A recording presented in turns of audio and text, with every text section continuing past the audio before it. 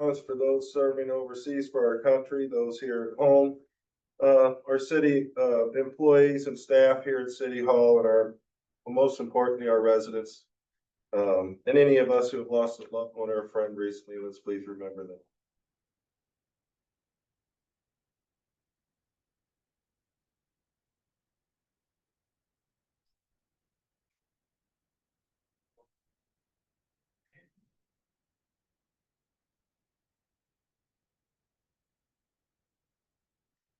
Thank you. May be seated.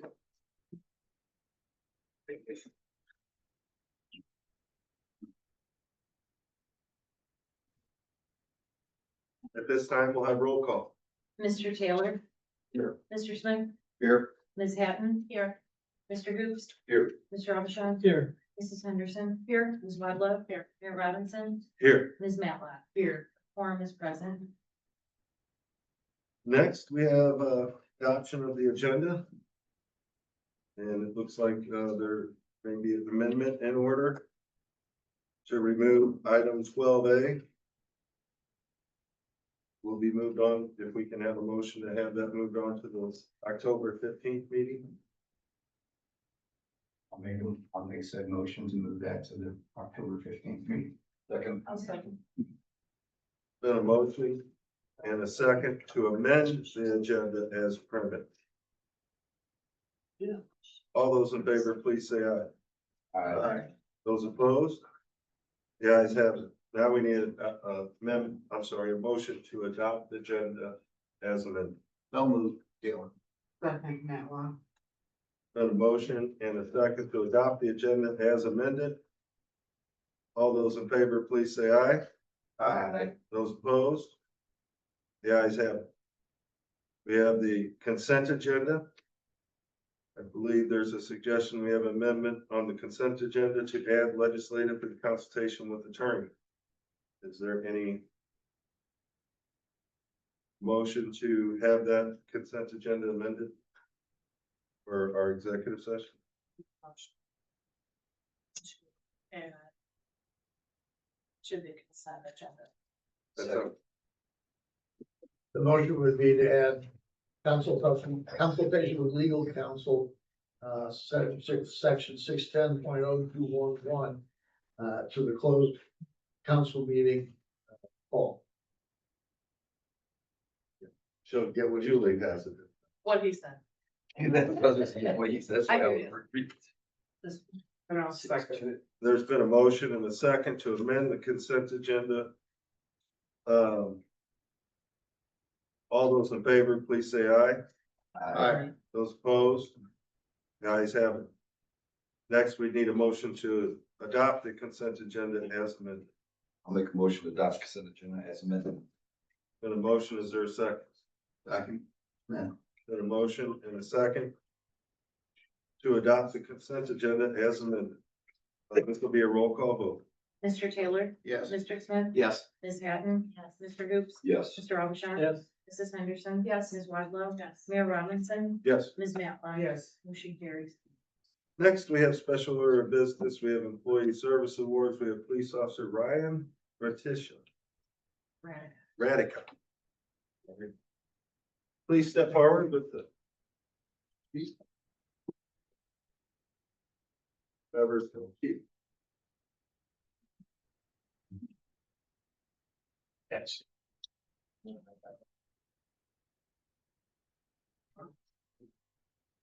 Boy, 5 years. Yeah. Here comes. Thank you. Officer Ryan Radica started as a police officer on September 28, 2020. He is a graduate of the Eastern Missouri Police Academy, receiving his Class A post license on July 16, 2020. In addition to his patrol duties, Officer Radica serves as a field training officer, mentoring and preparing new officers for success. He received the Distinguished Service Citation on July 26, 2022, and the Chief's Commendation on September 25th, 2024, recognizing his outstanding dedication and professionalism to the department and the community.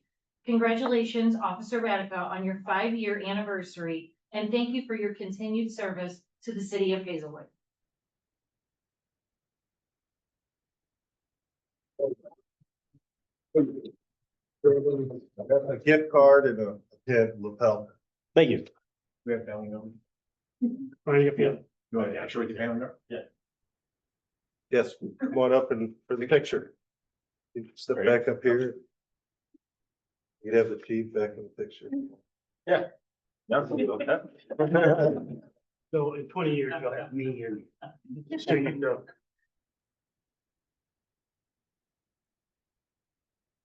Very good, thank you. Thank you. Thank you.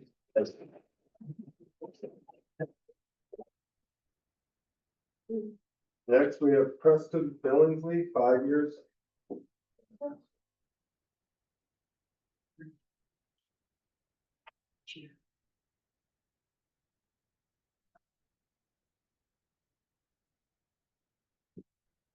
Officer Preston Billingsley started as a police officer on September 28, 2020. Prior to coming to Hazelwood, Officer Billingsley worked as a police officer with the St. Louis Airport Police Department and the St. Louis Metropolitan Police Department. Officer Billingsley is a graduate of the University of Central Missouri with a bachelor's degree in criminal justice. Officer Billingsley simultaneously attended the University of Central Missouri Police Academy, earning both his degree and Class A post license in December 2017. With his 5 years of service to the city of Hazelwood, Officer Billingsley has made several notable accomplishments. Officer Billingsley currently serves as a drone pilot. He is also a field training officer, a crisis intervention officer, and is currently serving as a school resource officer. Furthermore, Officer Billingsley has earned the trust of his peers and serves as a peer support officer. Throughout his service, he has received recognition from the Chief of Police for heroic actions as well as written letters from community members thanking him for his service. Officer Billingsley has grown professionally within his career at Hazelwood, and we look forward to future accomplishments. Congratulations on your 5-year anniversary, and thank you for your continued commitment to the city of Hazelwood.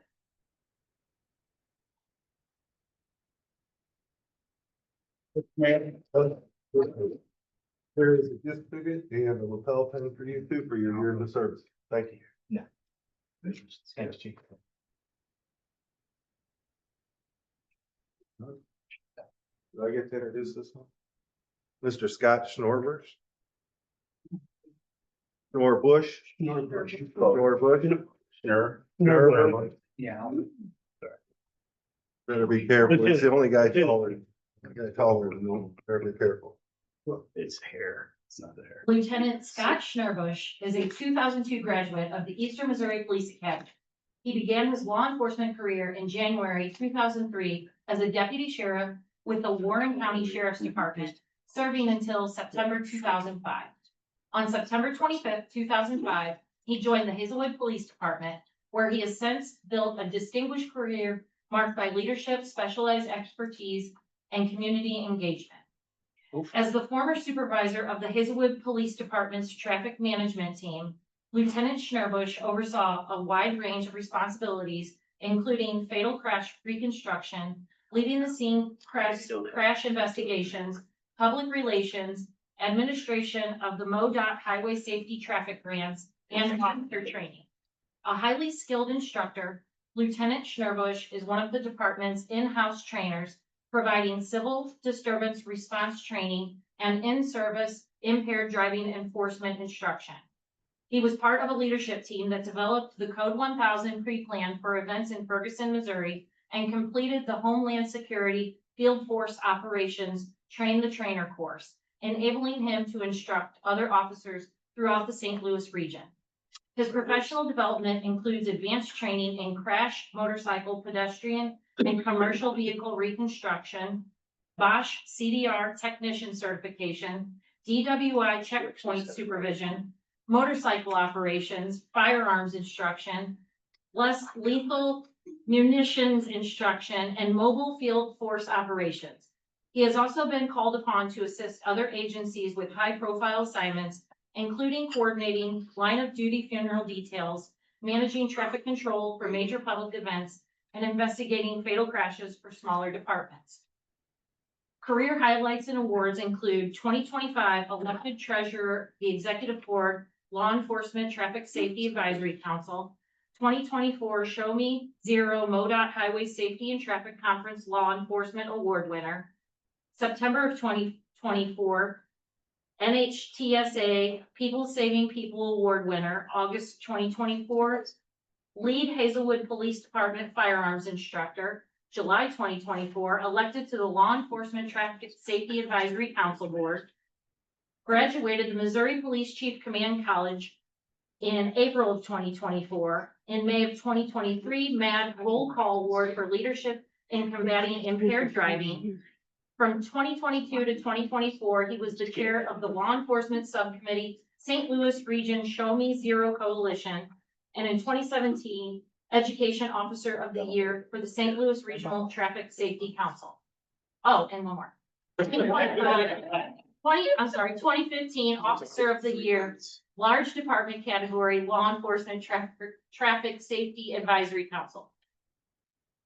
Lieutenant Sherbush's career reflects an enduring commitment to public safety, professional excellence, and the advancement of traffic safety initiatives throughout the region.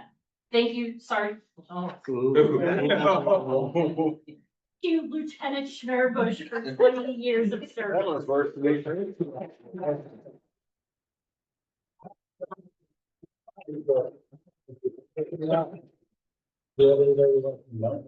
Everybody's at college. Thank you, and thanks for being so involved there. I've done a few things in 20 years.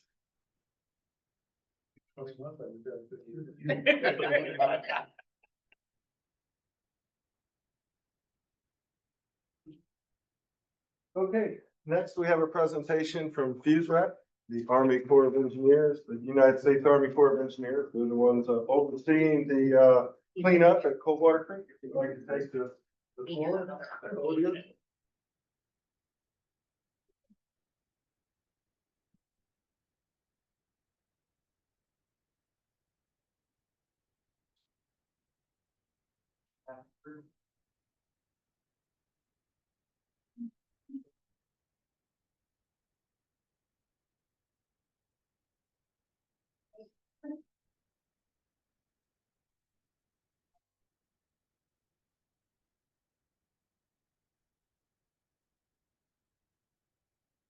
You can go ahead.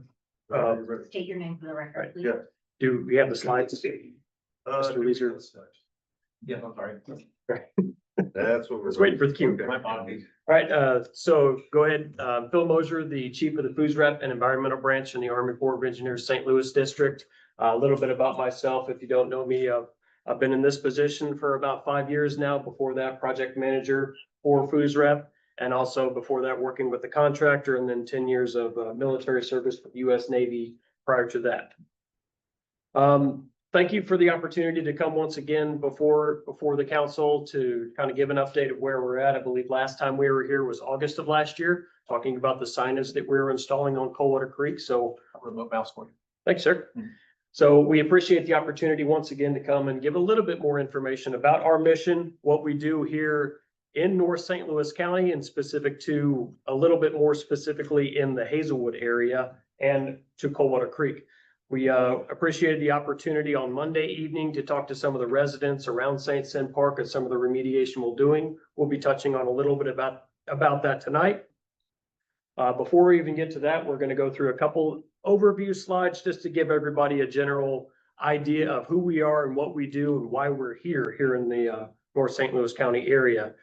So some of these, the slides that I provided, there's a lot of information on there. I may not get into every single detail in the interest of time, just to make sure we have enough to go over some of the specific actions that we're doing around just south of the St. Cyr Park area.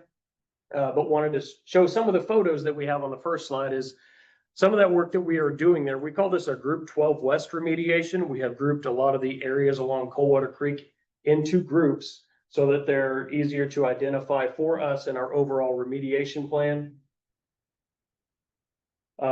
So some of the pictures that we had on the slide is some of that work that we have going on there, along with pictures of Coldwater Creek. So a lot of brush clearing that's been happening over the past couple months and then moving into remediation here in the coming weeks. As far as an overview, first and foremost is always our mission, protecting human health and the environment. And it's specific to, it's a mouthful, Manhattan Engineering District and Atomic Energy Commission. We use the acronym MEDAEC. So that's the mission that's handed down to the Corps, actual execution, the authority. Anytime the Corps does a mission, anytime in the area, we have to have some sort of a specific authority that we will always look back at. And that was the authority given to the Corps back in 1997 in the Energy and Water Development Appropriations Act. And then we get funding each fiscal year from Congress to enact that mission at these specific sites, mostly at the St. Louis Airport site right now and St. Louis Airport site vicinity properties. We'll be talking about that in just a little bit.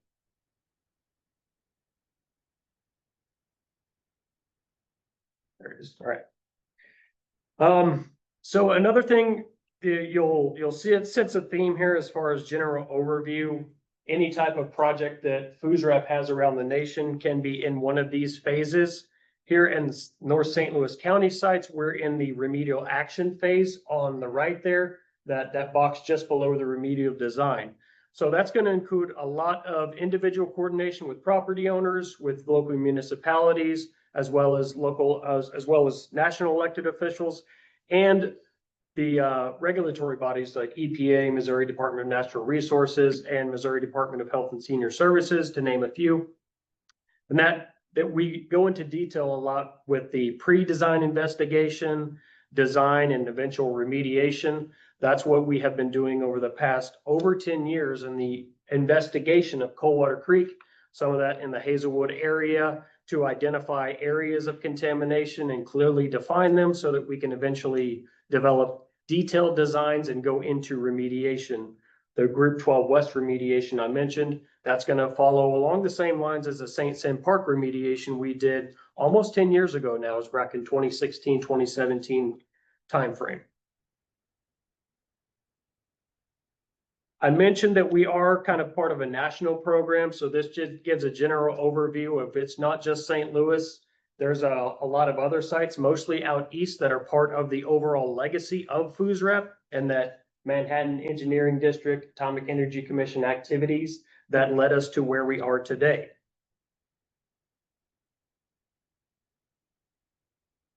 So here's a map of the general location of where these sites are. Not going to go into detail about the Iowa Army Ammunition Plant or the St. Louis downtown site, but just for general awareness, I wanted to put this up there as far as our mission in St. Louis District had the larger mission for FUSRAP nationally, and then that goes down even further into what we are responsible for here in our area of responsibility and around the St. Louis area. A little bit more detail into that, into the St. Louis FUSRAP sites. Mentioned the St. Louis downtown site, so that's of course out of the Hazelwood area, but that's one of the first spots where a lot of the activity happened with the Manhattan Engineering District and Atomic Energy Commission back in the 40s through the 50s and 60s. And then of course that leads us to where we're at, the St. Louis Airport site and St. Louis Airport site vicinity properties, to also include the Laddie Avenue properties. For awareness, when we say the North St. Louis County sites, we're referring to all three of those: St. Louis Airport vicinity properties, and Laddie Avenue properties. Always want to mention our authority and how it always goes back to specific contaminants associated with those Manhattan Engineering District and Atomic Energy Commission activities. So alluded to it a little bit, but here's a rundown of the history, a timeline of events that got us to where we're at today. There's a little bit more on the next slide, but this is kind of the start of it at the St. Louis downtown site, and then the Atomic Energy Commission purchasing SLAPS and using it to store residues. So this is kind of gives a little bit of that history. All of this is on this slide is what I took from our record of decision that's on the website, as well as the feasibility study that is there. We also have a community involvement plan that it's in the stage of updating for this year. Most recent update was 2020. That gives a really good history of activities that led us to this point, as well as activities that we as the Corps have done from when we got the mission and up until now, as far as the remediation that we've done, the amount of contaminated material that we have shipped out of state. So what I wanted to point out is how we got here. I mentioned that that's part of the red lettering that's at the bottom there, as contaminants were stored, or that material was stored at the St. Louis Airport site, obviously it migrated into Coldwater Creek downstream through normal wind and erosion events. And just when there was surface water runoff into Coldwater Creek, and then it migrated downstream, and successive flooding events have gotten us to where we're at today. Some of those after the contamination was at slabs, those flooding events, and no longer contamination was going into the creek. Then you had other flooding events which deposited sediment in the floodplain, on the banks, in areas around there. So that's part of the challenge that the crews have today, is going out and finding a lot of these spots of contamination. Thankfully, we are well on in that process, and actually being able to identify those areas and provide maps for you guys to make sure that you're aware, as well as the residents and local property owners are aware of those specific areas. And then we can coordinate with them on the path forward on a lot of that. Moving forward in that history timeline, and when the federal government started taking action, the Atomic Energy Commission established FUSREP in 1974, of course, and then as a part of a DOE program.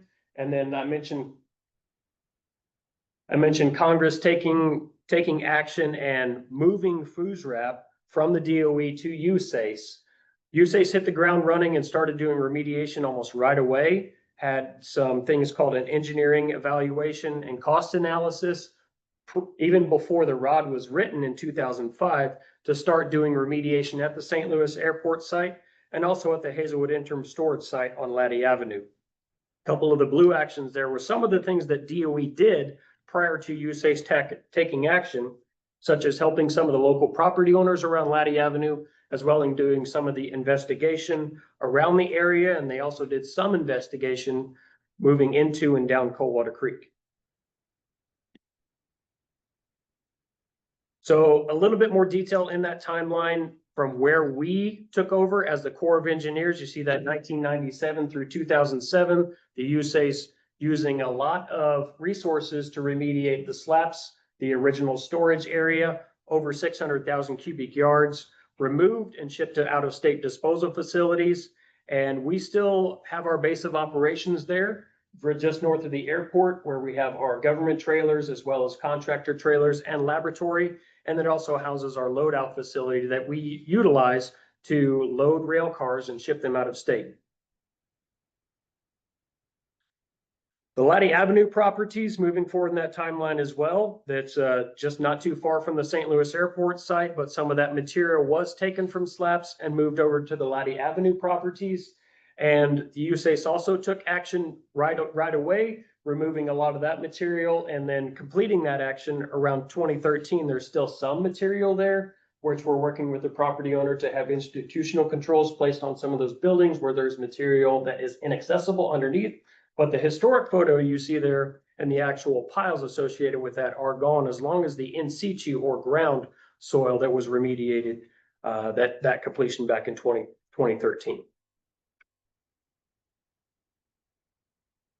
And then the brunt of our action today, as well as the past few years, is the vicinity properties around St. Louis around the St. Louis Airport site. A little difficult to see unless you kind of have it right in front of you, but the big picture aspect is the site is very large, and that is attributed to the lack of good storage and handling mechanisms that were utilized back in the day.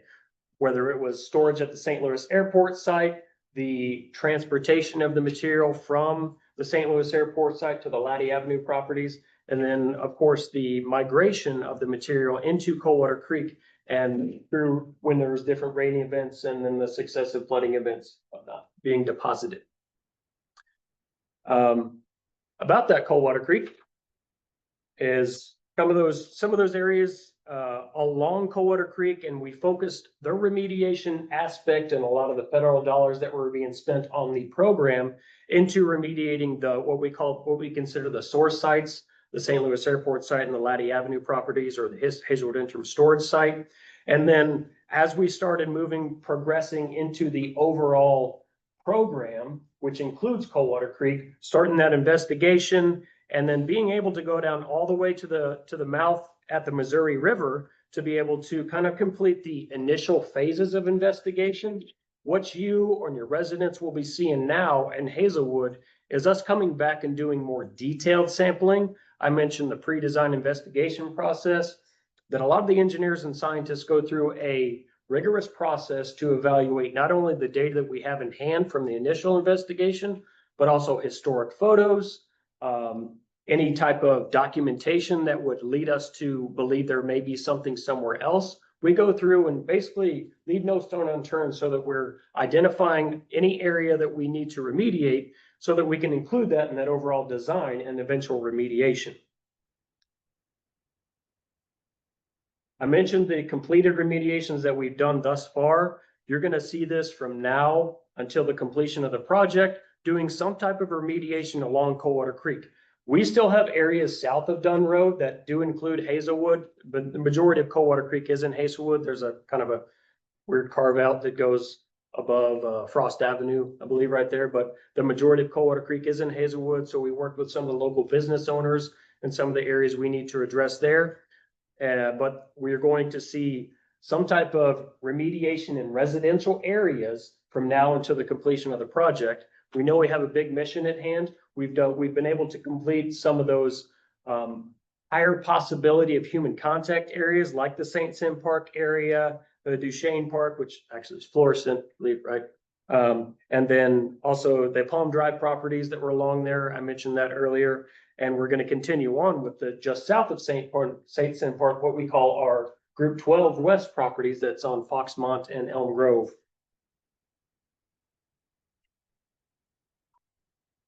I mentioned the map. So we continuously try to update these maps that we have on our website that includes all of the North St. Louis County sites. This map is zoomed into just Hazelwood and just Hazelwood north of Dunn Road. So a focus on kind of those residential areas and the individual red spots that we still have to remediate.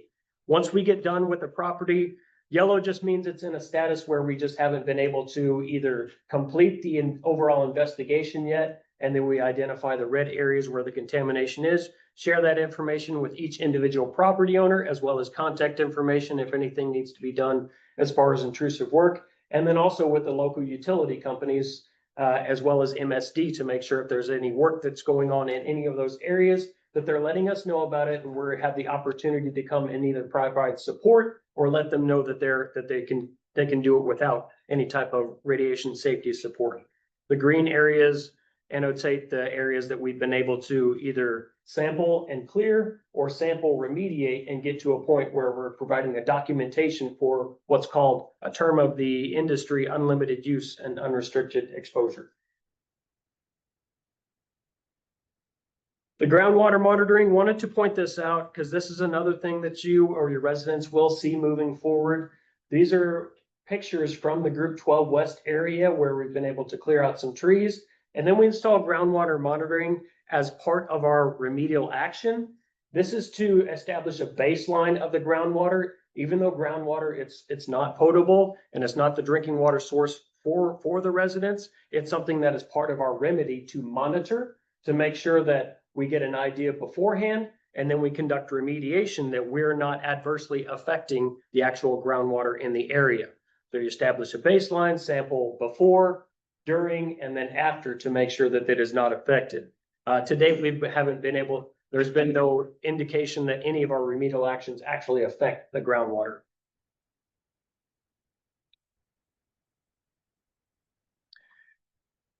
Now on to the Group 12 West I've been talking about. Some of the engineering drawings you see there show the general area of where it's at. I mentioned the Foxmont area, kind of the Elm Grove area just south of St. Sim Park. So those specific properties there, a lot of individual coordination with the property owners. And I always want to take the opportunity to thank them, thank the city of Hazelwood for all the coordination we've had. Thank Mr. Leeser.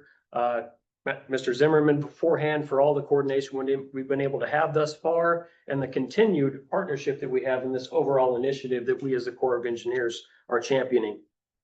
A little bit about that specific remediation that we're doing there for the Group 12 West property. As I mentioned, the community meeting that we had on Monday evening, we're going to continue to do those types of focused meetings with the residents in those individual areas, giving them the opportunity to ask questions, try and help understand the overall process, as well as talk about some of the safety measures that we put in place that will be a part of the next slide. But just a little bit about some of the details of the remediation that's going on, not that much different than a lot of the other remediations that we have done in the past, as far as amount of cubic yardage, the type of work that we have to do, and also the longevity of what it's going to take. So you can see that there. It's going to take about a year to actually, from start to finish, to actually complete that remediation. A lot of logistics involved when it comes down to the pre-remediation, the remediation, and then restoration in that area. Some of those safety measures that we do take into place in every action that we take, whether it's along the creek or anywhere in the North St. Louis County site, or any FUSRAP site for that matter, is public and worker safety always the top priorities, and making sure that we clearly identify the areas. That sign there is actually from that St. Cyr Park remediation that we did back in the day. You can kind of see that back in the background. And then clearly demarcating the areas to make sure that and even more so establishing zones as far as where the workers are going to be, as well as fencing off the areas to make sure that we don't have any inadvertent access by anyone, because we wouldn't want anyone to just happen upon an excavation, not just for the potential for contamination, but there's also the safety aspect, slips, trips, and falls that we want to protect people from as well. A little bit more about the safety measures in every remedial action that we take is the transportation aspect. So the dump trucks that we use to haul off the contaminated soil, as part of the overall process, do have a thorough survey, radiation safety survey with the instruments to make sure that there's no contamination on the outside, as well as making sure that they're cleaned off and no presence of any of the soil or sediment around there. They'll do an actual swipe survey on those, a general kind of radiation safety type survey, as well as making sure that any equipment or personnel that's leaving the site gets a rigorous scanning to make sure that they are not tracking any contamination outside of the area that we have controlled, as mentioned just a little bit ago. The other aspect of it is the entire haul route that from the remediation area to where we're actually back to slaps and loading them in rail cars gets surveyed as well as part of our overall monitoring and safety measurement aspect. We also have active air monitoring that goes on around the site, and making sure that anything that is in the site is contained in the site.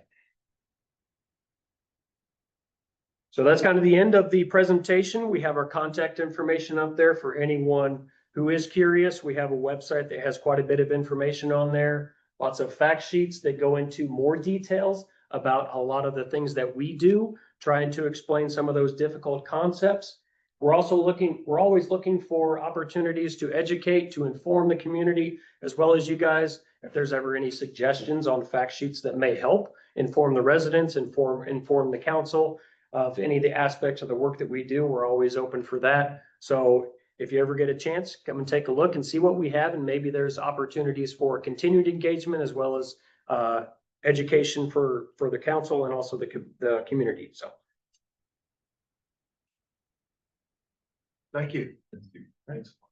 I got a question.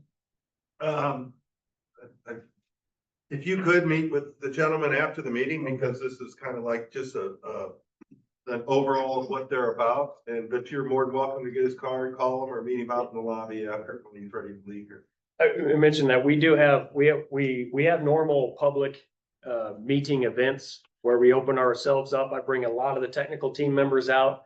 We've historically been having those over at the Florissant Police Department or Florissant Municipal Court, just off of Lindbergh, just up the road here. and ample opportunities to answer questions, get some of those technical. We also have the phone information as well as our email address for people to call us up, email us, ask questions. We're always willing to do that. So that's part of our charge in making sure and helping people understand. So. Okay, yeah, if you could make sure you give him your information. Mhm. Yep. I do want to compliment them on their public hearing or their hearing last this week at Satan Park. They did a very good job engaging with the community on that. I think the residents did appreciate the opportunities. I'd like to say that our leaders over the years, I'm going back 1980s, fought very hard to communicate with the federal government for a cleanup process. This was announced, I believe, in around 89, 88, that they were going to start the cleanup process. Very long, tedious, really hard to clean up situation. But I'd like to applaud you for all the work you've done over the last few years. I've noticed that, the residents are well informed as much as you can, and I appreciate the work they do with the city. Thank you. Thank you, sir. You.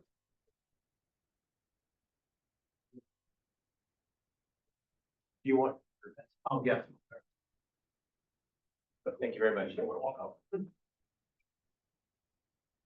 Next, we have proclamations, resolutions. We have the State Communities Proclamation. Chief, I think. Please. Take that one.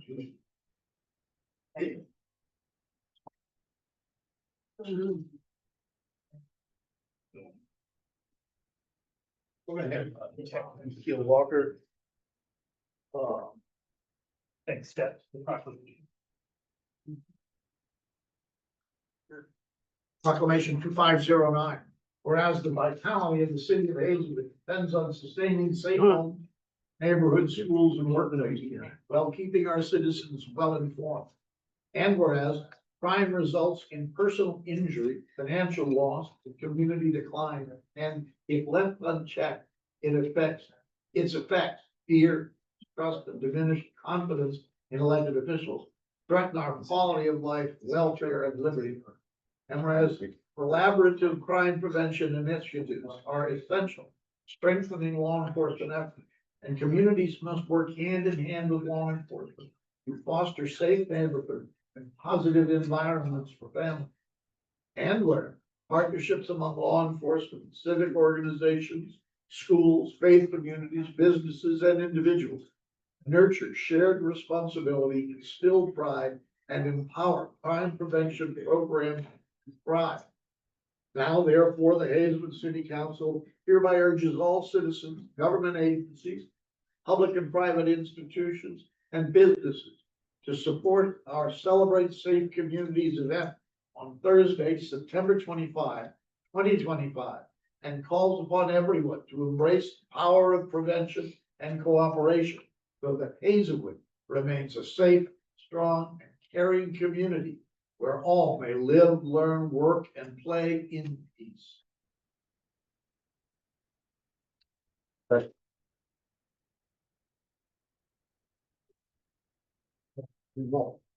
you. Is there a motion to approve? Motion to approve. A motion and a second. All those in favor, please say aye.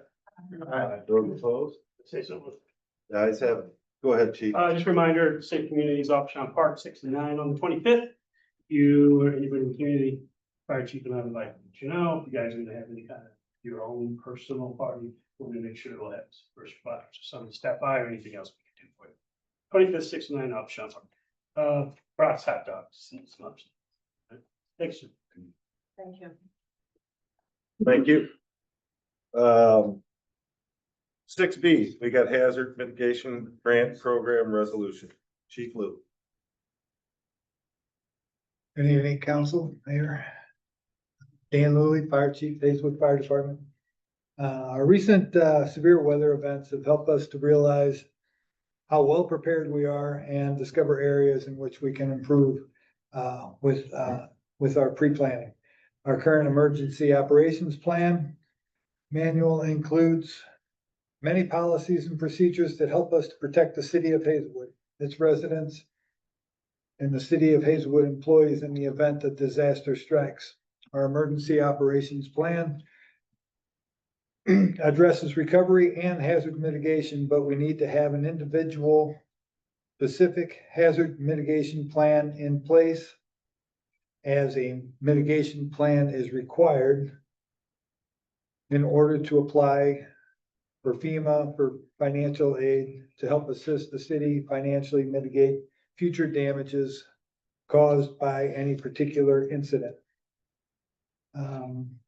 East-West Gateway has developed a hazard mitigation plan. We are requesting your approval to adopt by resolution the plan currently adopted by the counties of St. Louis, St. Charles, Jefferson, and Franklin counties, as well as St. Louis City. Multiple jurisdictions and local municipalities have adopted this plan as well. Adopting this plan through a resolution will help the city of Hazelwood residents and business owners recover and mitigate any future damages to residents' homes and businesses living and working within the city of Hazelwood. Thank you for your consideration. Is there any questions? Is there any questions from Thank you. council? Alright. Hearing none. Thank you. Resolution 2512, a resolution of the council of the city of Hazelwood, Missouri, adopting the St. Louis Regional Hazard Mitigation Plan 2025-2030. Did a motion to adopt. Second, Smith. There's a second. There's no further discussion. This will be a roll call vote, please. Mr. Taylor, Yes. Mr. Smith, Yes. Ms. Hatton, Yes. Mr. Hoops, Yes. Mr. Upshaw, Yes. Mrs. Henderson, Yes. Ms. Wadlow, Mayor Robinson, Yes. Ms. Matlock. Yes.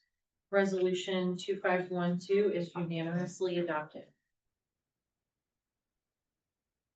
Before we start citizens' comments, I'd just like to address something with the council. I know that we put this 3-minute time limit in. As you've noticed, most of the residents have gone 3 to 5 minutes.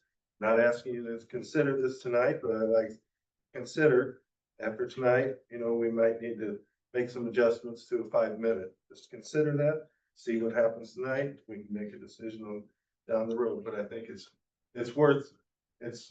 extended, and I believe that just asking you to consider that for the next meeting.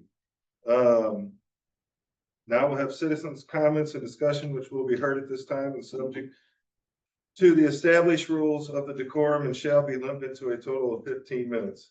With each speaker limited to a total of 3 minutes, which may be increased by a discretion of the chair or by a motion approved by a majority of the council members present at the meeting. Is there anybody from the audience who would like to come up and speak at this time before the city council? Yes, I hope you got your information exchanged. with Yeah. Paul Bobby. Thank you. Good evening, council members. I'm pretty sure we can keep this 3 minutes or less. I'm sorry, ma'am. Would you please identify yourself? Oh, I'm State sorry. your name. Lisa and Ron Simpson, 8421 Jacqueline Avenue. Thank you. You're welcome. I wrote this letter I wanted to respectfully follow up with ongoing concerns regarding code enforcement violations and public safety within our community. And I will tell you this first. I drafted this right before coming to this meeting because the block captains still have concern. They don't get to see the progress that I saw with code enforcement. And a lot of them do watch the meetings on Zoom. So this is for them. While we want to thank the city for addressing some of the reported issues in recent months, I remain concerned about the lack of timely response, or in some cases, no response at all, to several reports of property violations and safety matters. Public safety continues to be at the top of our community's priorities. Residents have noticed and appreciate the diligent work of the Hazelwood Police Department in addressing criminal and unlawful activity. However, within the 6th Ward, we continue to struggle with guns, drugs, and homelessness in our public spaces, particularly our park. These areas, once welcoming gathering places for families, friends, and neighbors, have increasingly become places residents avoid, especially from dusk until dawn. Additionally, several properties under business ownership or management have remained in violation for extended periods without visible progress towards compliance. It is discouraging to see that while individual residents are often held accountable, certain businesses appear to be given more leniency. To ensure fairness and protect the character of Hazelwood, I respectfully request that the business community be held to the same standards as residential property owners. I value the work of the city's code enforcement department and recognize the progress already made.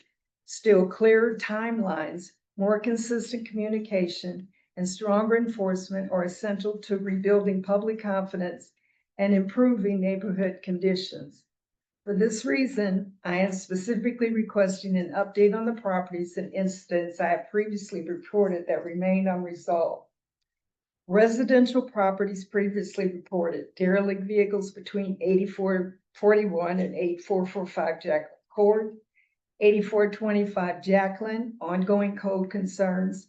Commercial properties previously reported 8390 Laddie Avenue, 6944 North Hanley, 6915 North Hanley. And then it's called the Mechanics Angel LLC. I couldn't find their address. 8610 Laddie Avenue and 7370 Days Inn. The residential criminal activity previously reported Burke Ridge and Boulder Drive.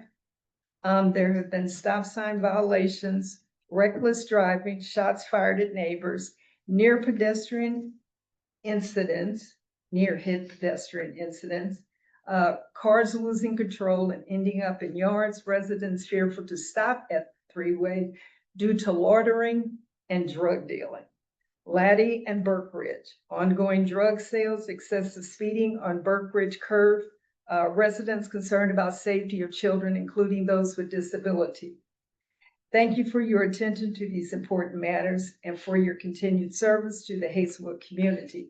I look forward to further progress and improvements in the months ahead. Okay, and I'd just like to add that that gentleman that she mentioned that shots were fired at their home, he's a veteran, a war veteran, and he runs a community garden. And he was taking pictures of the drug dealers and they shot up his house.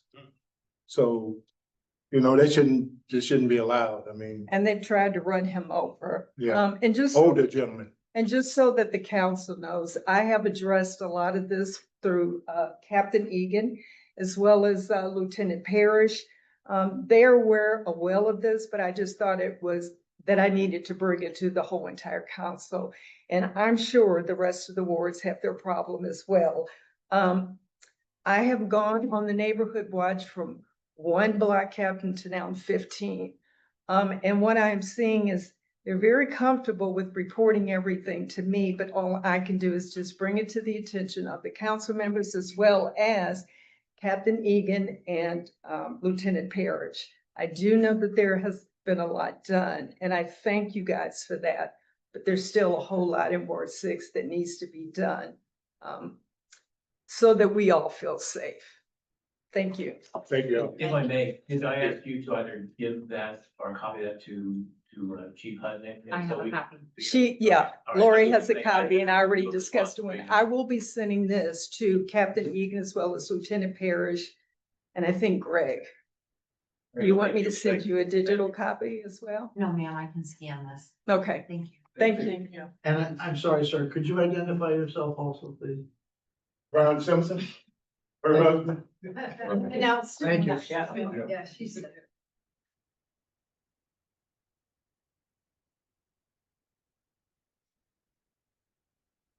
Is there anybody else under citizens' comments or discussion?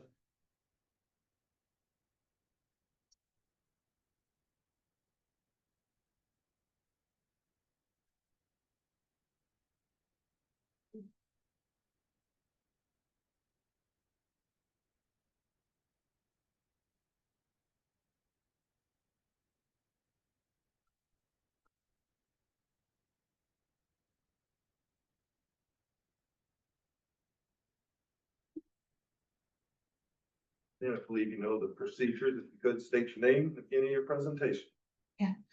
Good evening. I am Heather Jones at 135 Beaujolais Drive. There are two distinct issues I want to address tonight. First, the false statements made against me. Riverwood Estates trustee Sharon Dash and Councilwoman Jen Hatton have publicly questioned my residency and implied I should be removed from the community enrichment volunteer position. These claims are unsubstantiated. The false statements written and orally made must stop. Second, the blind reliance on those claims by Councilwoman Hatton. Both women served as HOA trustees for a minimum of 4 years. Councilwoman Hatton was elected to serve Hazelwood, not to act on personal grudges or push an agenda to publicly accuse a resident in front of the entire community. Out of more than 25,000 residents in Hazelwood, this has been presented as an urgent or a concern twice, 8/20 and 9/3, despite being based solely on personal attacks. For the last 18 months, I have been a full-time caregiver to my father, Gregory Jones, who lives in Hazelwood at 804 Bellflower Drive, Ward 1. I spent nights and days tending to him, giving him morphine as needed, watching him slip into unconsciousness, and ultimately passing away, surrounded by his family.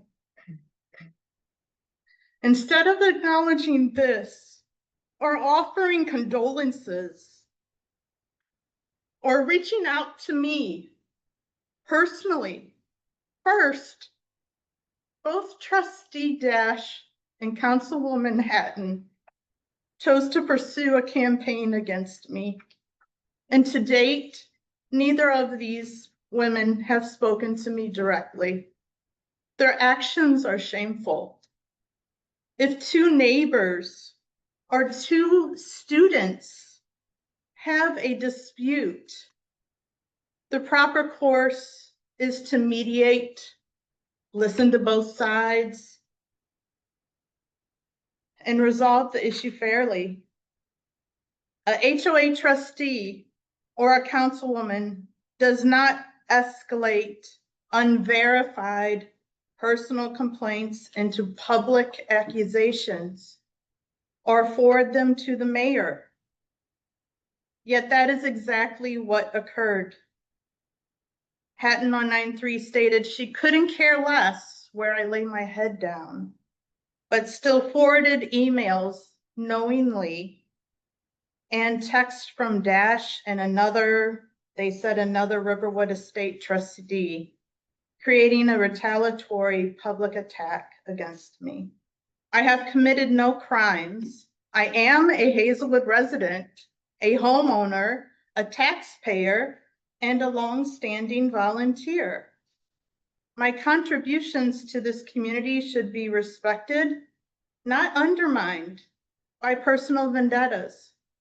I ask the council again to recognize the limits of a trustee and a councilwoman authority.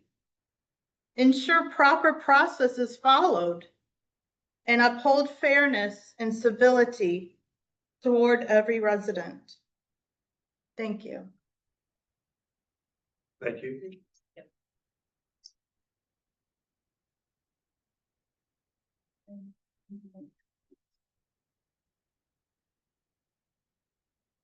Thank you. Is there anybody else under citizens' comments? Anybody else? Yes, sir. Simply state your name before the presentation. My name is Mike Henley Hudson. You've all seen me plenty of times lately. And I live at 39 River Meadows in Ward 8.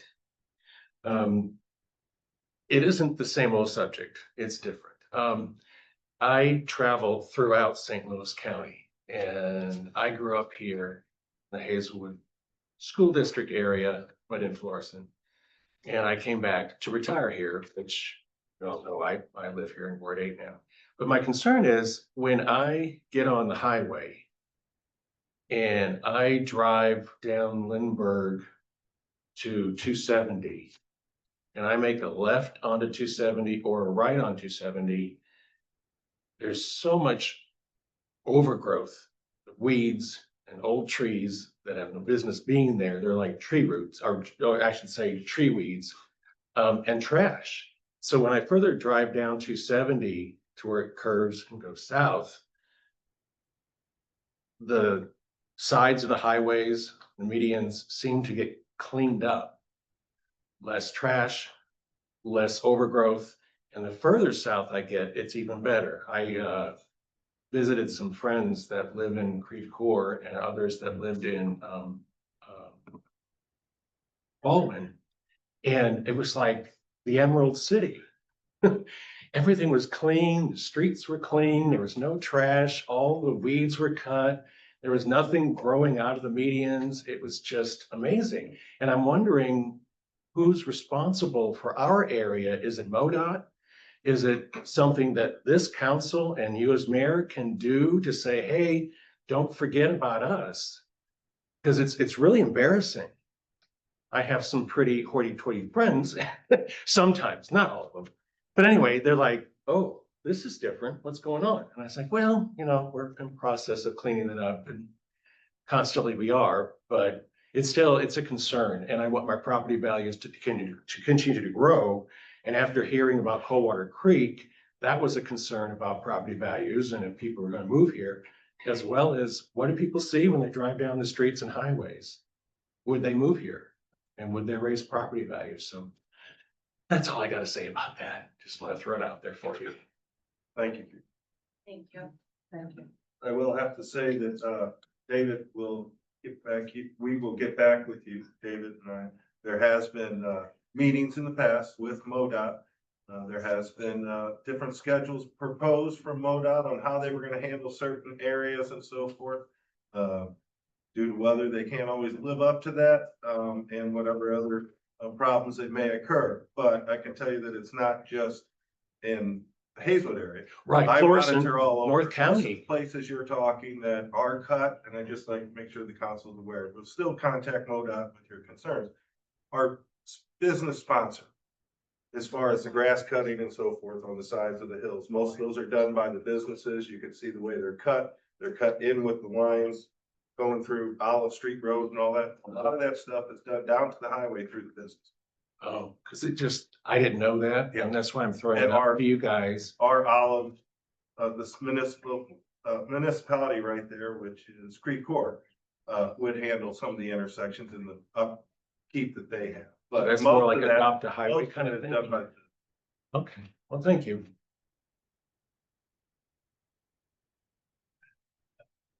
We'll certainly get back with you to report. Anybody else under citizens' comments? Anybody else? Hearing none, we'll move on the agenda. There are no public hearings. Nothing removed under communications, unfinished business. Is there any unfinished business? We got discussion of amending chapter 110 qualifications, removal of code of conduct and ethics of council members. It is my understanding that nobody has made any suggestions to Mr. O'Keefe. Or I have not received any information about furthering information. I did make a strong suggestion about at the last meeting, and I suggested that we might put this on a work session for extensive discussion. Exactly what we're going through right now is a resident complaining about a council member, or personnel matters between council members themselves, or personnel matters between council members and employees. All of these need to be addressed in the process of how to file the complaint and who is going to move forward and make things happen with whatever is discussed amongst the council members. I mean, right now, it's my we all know that it's our understanding that I am the personnel director. If the council members have problems between themselves, that needs to be in writing. So that future council members know what is going on. The things that are happening today with a complaint about a councilman. I need something in writing. I can't take phone calls and direct and say, you can or can't do this without some direction on how to handle the citizen's complaint against the public elected official. I'm not talking about this particular case. And then we'll put in there, I agree, it should be on the work session for November 12th. And then we can identify on there the timeliness of your response back to any of the council. I think I explained that email. There was a bunch of false allocations, so let's put that to bed. I am meeting with the homeowners association next Monday, and then the homeowners. That's not my, I was not bringing that up. Well, That is not what I was bringing up. You're the one that's sensitive about it, I'm not not me. sensitive at all about it. You are. You Because I can't give it, didn't you say that. can't give things up. Go ahead, Didn't say that. go ahead. What I said was, we can put in there a timeliness of a response by our personnel manager, correct? To personnel, Yeah. yes, Yes, let's do that on the work session on November 12th. that's fine. I don't mind that. I'd like to see something in writing so they don't get accused of doing anything wrong. Is there anything else on this matter? Anything else? I believe we'll have our discussion on work session. We can always move the work session up into October. It doesn't have to wait till November. I think we should move it up. We can get this. We can move it up to the second Wednesday of October.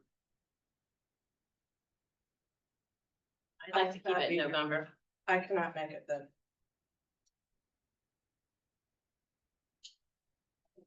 Well, we'll have the city clerk send out some suggested dates, see if it meets your schedule for October.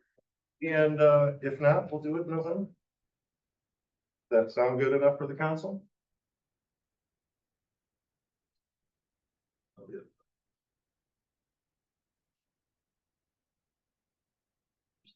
Is there any other discussion from council on this matter? No?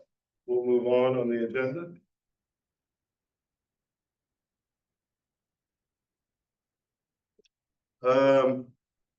Was there anything else under unfinished business? Hearing none, mayor and council reports, November 12th work session, we kind of discussed that just now. Was there anything else that might want to be added? Mr. Mayor, Yes. it wouldn't be in November, but I would like to request, seeing how the council members weren't able to attend the active shooter training conducted at City Hall, maybe we could include that in one of the winter months.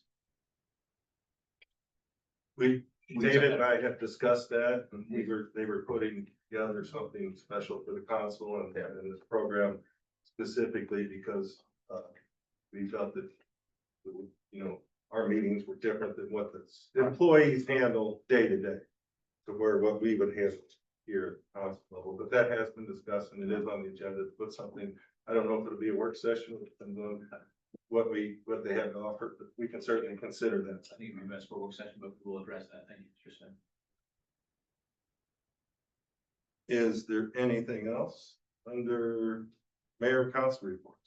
Mr. Mayor, I do have something to bring up. I was asked by the Green Committee to speak publicly about the paint recycling event that is currently scheduled for the 11th at White Birch Park. They will be taking in latex paint with water-based stains and primers to be properly disposed of through a grant issued by St. Louis County's Department of Public Health. I've seen some mentions of it on the city Facebook pages. I know several of my colleagues have shared that. Let's make sure that message gets out so that we can make this a productive event.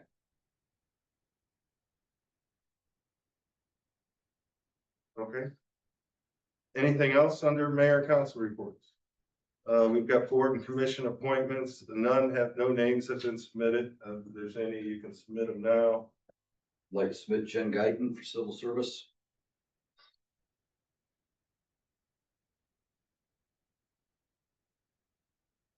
Anybody else? Jen Guy for the Civil Service Board. Are we gonna discuss that? Cause with her being an elected official, I kinda question whether that would be a good fit. Well, there is nothing wrong with her being appointed to the commission. Let me Alright, mark that. like I said, I just wanted to discuss it. We have other elected officials that are on other commissions, so, but there's nothing wrong with it. It's personal. Alright, I'm just wanting to check, make sure there wasn't a conflict. So Jen Guyton's name has been submitted. If there's anybody else needs name submitted? Hearing none, is there a motion to concur on Jen Guyton's appointment? Could I just take a look at the code, please, to make sure that it's qualifications for that body?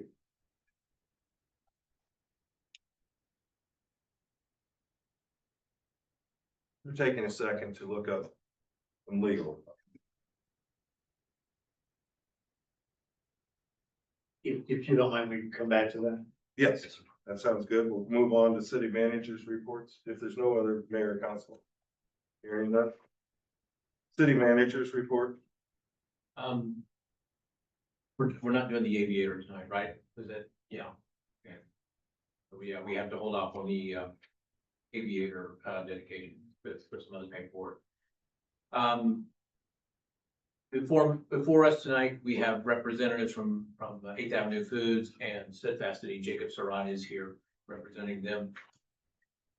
Back in 2021, the city had an agreement with 8th Avenue Foods for a $35 million investment in Hazelwood. They have invested that and much more.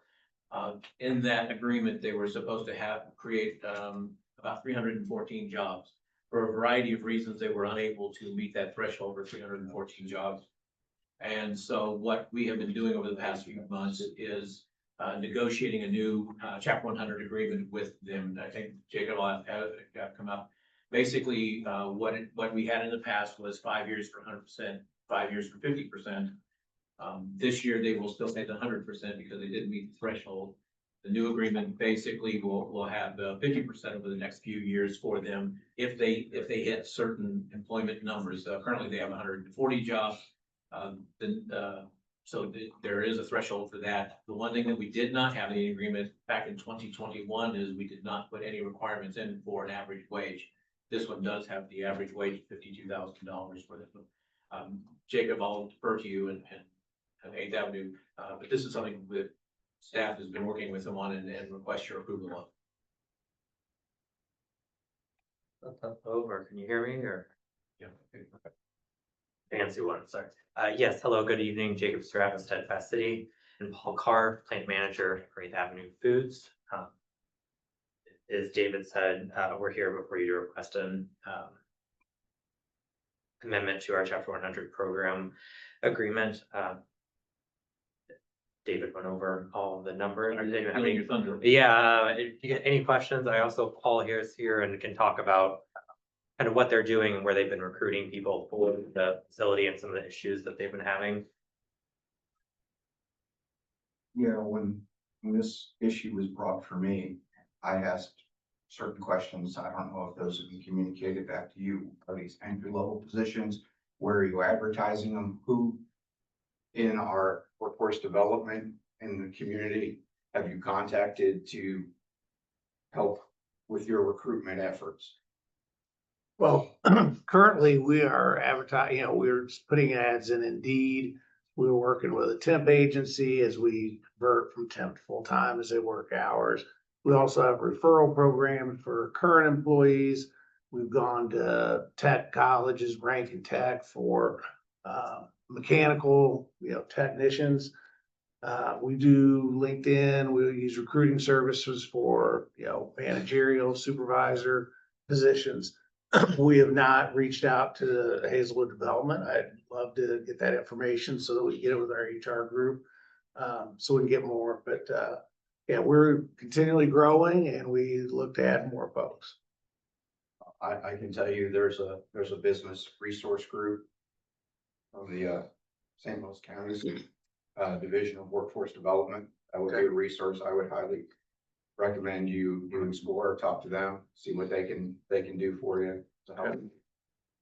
they're dislocated workers and adults that come to them looking for opportunities and resources. Okay, very good. We'll reach out. Thank you, sir.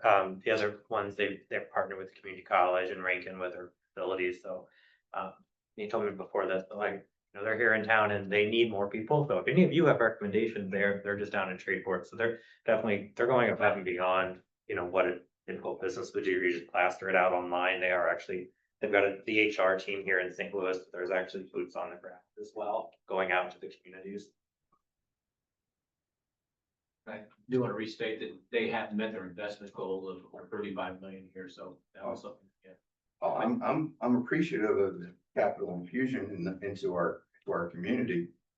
But without the labor that needs to go hand in hand. So what was the original number of positions in 2021, the jobs? 314. And you have 140, is that how I'm reading this? Currently employed, not including the open positions where they need to be. Right, currently employed, so you're asking from 23, right, 23 to 27, 100%? No, it's all going to be 50% now. It is 50, okay.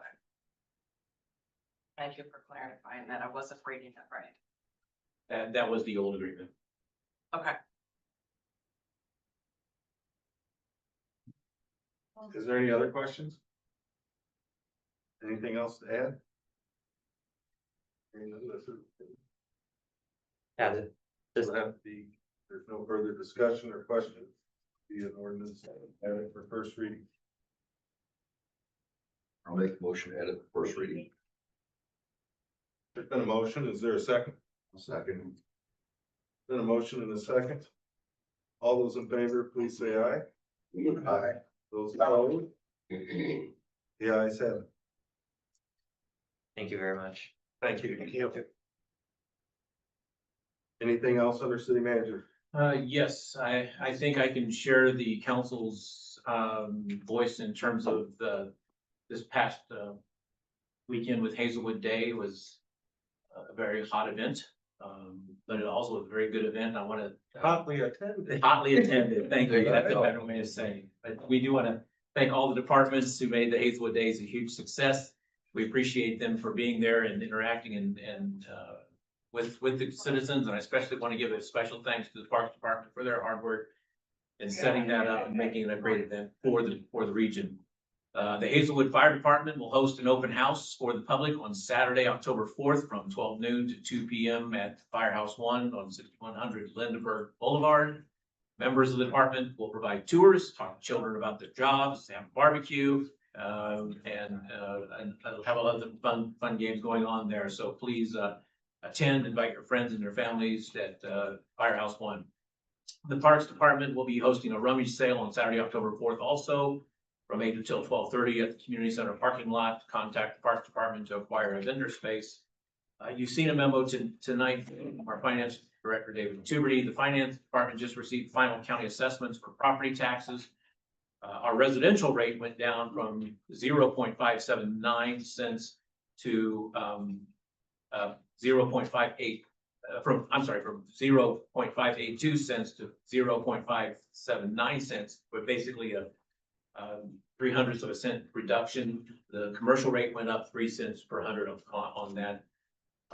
I'm sure all of you have also experienced the closing or partial closing of Lindbergh Boulevard with all the work that's taking place at the overpass at Taylor Road and Lynn Haven. That's going to continue on until the end of the year. And finally, over the past few weeks, we have been informing the council about changes that are taking place that because of the active shooter training that we did here in City Hall. That training honestly made me very concerned about the safety of our lobby receptionist who sits in an exposed area without adequate protection, and given some of the news accounts, not just in the past week, but over the past months, did give me a lot of concern about her safety. We did explore a lot of alternative locations to move this, to make it a safer location, but nothing was sufficient to meet our, we did this as a team. As a result of the this change, we will be implementing an automated telephone system. We have moved the receptionist out of the lobby. We've instituted an automated telephone system to handle incoming calls. This line is what a lot of public and private organizations continuously do or have done thus far. I will say that the receptionist now has been moved up, and Susan Thunderberg is now our communication specialist and works with us. To further assist visitors, I collaborated with Chief Hudnick and the city clerk to install improved wayfinding signage in the lobby. These signs will help guide guests to the correct departments and personnel upon entry. Additionally, we will be installing a dedicated telephone in the lobby that will allow visitors to directly contact departments such as my office, the city clerk, community development, HR, and others that are not immediately accessible in the lobby. And eventually we'll have an interactive computer screen in the lobby for visitors and to use. I understand that some may not like this change, and I can appreciate their sentiment about it. Nevertheless, many buildings, public and private, have already used systems such as this, and my goal is to ensure the safety of all employees. Please know that as much as we try, there will be issues that we have not thought of, and there will be mistakes and hiccups along the way. I ask for your patience from both council and the public. We want to continue a high degree of customer service, and we will mitigate any mistakes that are made along the way regarding this matter. That is the end of my report, Mr. Mayor, unless there are questions or concerns from the council. Any questions from the council? Thank you. Hearing none, we'll move on to the city attorney's report. No report. City clerk's report. I don't have a report, but I have an announcement. Last year, the city council collectively decided that they wanted to recognize our military veterans within our community, and with that, recognize them at council meetings, but also offer them a spot with the council and the mayor at the Florissant Veterans Day Parade. This year, the Veterans Day Parade falls on Sunday, November 9th. And I created a social media post for submissions for our residents who know of any military veterans who fit criteria of Veteran of the Year award. I can post that on our website as well. I just didn't get to it today. To check that out, and please spread the word. So we have business owners who are veterans, and if you have a neighbor that you know is a veteran and they invest into our community or continue to live their military mission outside of their home, we have categories, and we want to recognize those folks. So that's it. I add to that, I've seen in several communities, they have the hero banners. Can we explore what that would be to add that along our main thoroughfares, the Hazelwood Heroes request there? Oh, and I want to add, the submissions can be made to me and in person or via email, and they will be accepted through October 17th. So we have a month open before I get plaques and things arranged for them to attend a council meeting and before the parade. So. Thank you. Thank you.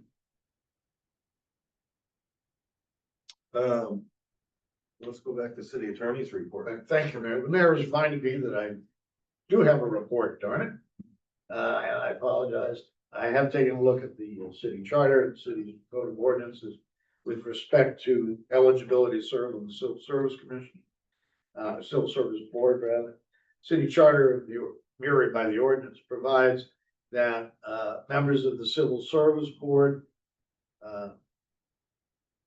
shall be registered voters of the city and hold no other elective or appointed office in or position in the city government, except on short-term advisory body. So, the appointee being a member of the fire district board of directors is not a bar to service on the civil service board. Thank you for clarifying that. Thank you, Kevin. We'll move on down. We've had new business. Was there anything under new business? We did, earlier. We didn't act on the nomination earlier? Okay, then we need to act on the nomination now. Is there a motion to approve the nomination that were presented, which was Ken Guyton for the? Is there a motion?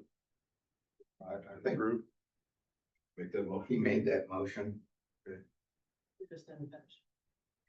And was it second? If not, I'll second it, now that my objection's been clarified. Okay. There's been a motion. Second. All those in favor, please say aye. Aye. Those opposed? The ayes have it. Sorry, I thought we took that vote at the time. We held it off to Kevin's information. So. In line with that, you said there was already some other people that were elected on that commission. No, on committees, which. On committees, other okay. committees. Okay. And we've had elected officials in the past, state reps, serve on personnel committee, pension committee. Other committees too, so. Okay.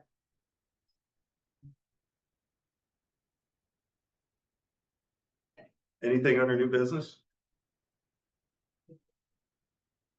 Hearing none under new business, introduction and first reading of bills. Bill number 5184, first reading, an ordinance approving an amended and restated performance agreement with Eighth Avenue Food and Provisions Incorporated. That concludes first reading of bills. Thank you. Next, we have second reading of bills and actions. We have 18A, bill number 5181. Bill number 5181, second reading and consideration for adoption and ordinance authorizing and granting a permanent special land use permit to Chef's Kiss LLC doing business as Big Boy Burgers for a restaurant at 6186 Outer Shell Road and providing the conditions of such usage. Move to adopt. Second, please. There's a motion and a second to adopt. Any discussion? Hearing none, this will be a roll call vote. Mr. Taylor? Yes. Mr. Smith? Yes. Ms. Hatton? Yes. Mr. Hoops? Yes. Mr. Abishon? Yes. Mrs. Henderson? Yes. Ms. Wadlow? Mayor Robinson? Yes. Ms. Matlock? Yes. Bill number 5181 is unanimously adopted as ordinance number 5063-25. Thank you. We've got 18B, bill number 5182. Thank you, Mr. Mayor. I believe the council has received a revised draft of this labeled as bill number 5182.1 to reflect the dramatic changes in the rates of taxation being levied as described by the city manager a few moments ago. Saving our resident taxpayers 3/100ths of a cent. And giving it to the business owners. So there you go. If it pleases the council, in order to set the rate at the level consistent with the finalized assessed value, a motion to amend Bill 5182 by the text of Bill 5182.1 would be in order. We'll make a motion to amend. And a motion and a second to amend bill number 5182. Is there any other discussion? The motion and the second, all those in favor, please say aye. Aye. Those opposed? The ayes have it.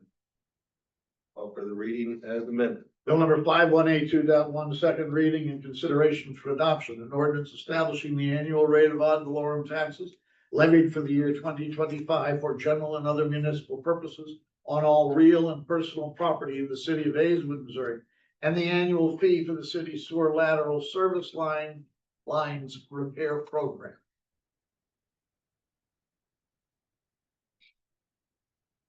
Move to adopt. There's been a motion to adopt and a second. Any further discussion? Questions? Hearing none, this is a roll call vote. Mr. Taylor? Yes. Mr. Smith? Yes. Ms. Hatton? Yes. Mr. Hoops? Yes. Mr. Abishon? Yes. Mrs. Henderson? Yes. Ms. Wadlow? Yes. Mayor Robinson? Yes. Ms. Matlock? Yes. Bill number 5182 as amended is unanimously adopted as ordinance number 5064-25. Next, we have bill number 5183. Bill number 5183, second reading and consideration for adoption. An ordinance amending chapter 230 of the Hazelwood City Code relating to prohibited discrimination.